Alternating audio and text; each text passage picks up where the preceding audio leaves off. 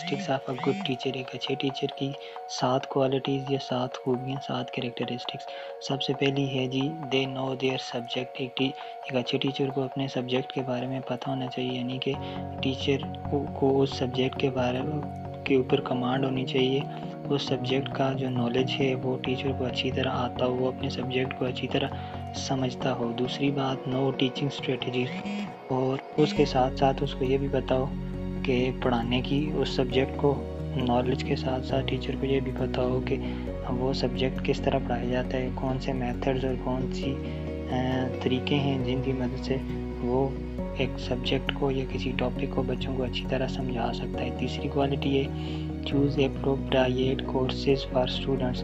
ٹھیک ہے جی، یعنی کہ ٹیچر بچوں کو گائیڈ کر سکے کہ کون سے بچے کے لیے کون سا ٹاپک یا کون سا کورس بہتر ہے.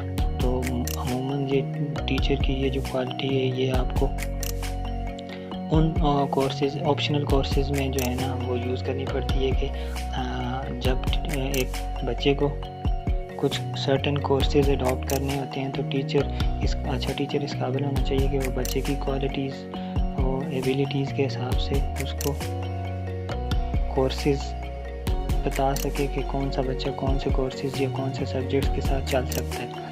چوتھا ہے جی know special ways of teaching certain particular concepts. تو ہر ایک کنسیپٹ کو پڑھانے کا یا ہر ایک ٹاپک کو پڑھانے کا ایک ڈفرینٹ وے ہوتا ہے. تو ٹیچر کو پتہ ہونا چاہیے کہ کون سے ٹاپک کو یا کون سے سبجیکٹ کو کس طرح پڑھایا جاتا ہے. پانچویں کوالٹی ہے they know cultural background of their students.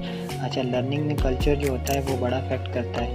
ٹھیک ہے، تو ایک ٹیچر کو جو اس کے اسٹوڈنٹس ہیں ان کا کلچرل بیک گراؤنڈ کا پتہ ہو، تاکہ جو ہے نا کلچر کی مدد سے ہم بچوں کی سائیکولوجی یا نفسیات کو سمجھنے میں آسانی ہوتی ہے ہمیں. تو اس لیے اگر ٹیچر کو بچوں کے کلچرل بیک گراؤنڈ کا پتہ ہوگا تو وہ ان کو اچھی طرح سے سمجھا سکے گا، اچھی طرح سے پڑھا سکے گا. چھٹی کوالٹی ہے جی سیٹ اپ لرننگ سچویشنز. یعنی کہ ٹیچر کی یہ کوالٹی ہونی چاہیے کہ وہ اپنے ٹاپک کو ریلیٹ کرنے کے لیے ایکٹیویٹیز کروا سکے، ایکٹیویٹیز پرفارم کروا سکے. اگر سائنٹیفک ہے تو ایکسپیریمنٹس کروا سکے. تو ہر ایک ٹاپک کو سمجھانے کے لیے different sort of situations create کر سکے، یعنی کہ ڈفرینٹ ایکٹیویٹیز کروا سکے تاکہ بچوں کے لیے اس ٹاپک کو سمجھنا آسان ہو جائے.